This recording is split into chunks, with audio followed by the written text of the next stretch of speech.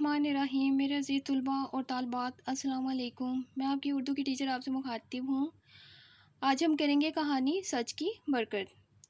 शेख अब्दुल कादिर जिलानी बहुत बड़े बुज़ुर्ग गुज़रे हैं। इन्हें तालीम हासिल करने का बचपन से बड़ा शौक़ था।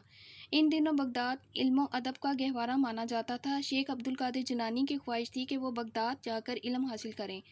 उन्होंने अपनी ख्वाहिश का इजहार वालदा मोहतरमा से किया, जिन्होंने बाखुशी इजाज़त दे दी और सफ़र के हर्ज के लिए 40 दिनार दिए और इनसे कहा कि बेटा हमेशा सच बोलना, कभी झूठ का रास्ता इख्तियार न करना। आपने काफ़िले के साथ सफ़र शुरू कर दिया। रास्ते में एक जगह काफ़िले को डाकुओं ने घेर लिया और तमाम मालो असबाब लूट लिया।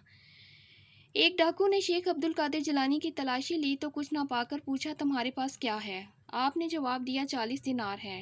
डाकू ने मजाक समझा। कुछ देर बाद दूसरा डाकू आया और पूछने पर आपने वही जवाब दिया कि 40 दिनार है।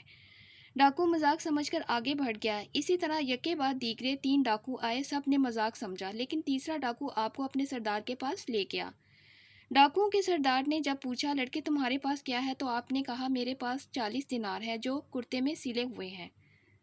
जब कुर्ते की तह खोली तो सचमुच 40 दिनार निकल आए।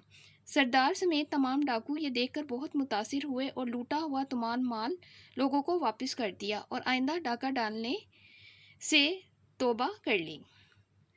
आज हमने की है कहानी सच की बरकत। इंशाअल्लाह ताला अगले लेक्चर में मैं फिर आपसे मिलूंगी। अल्लाह हाफिज़।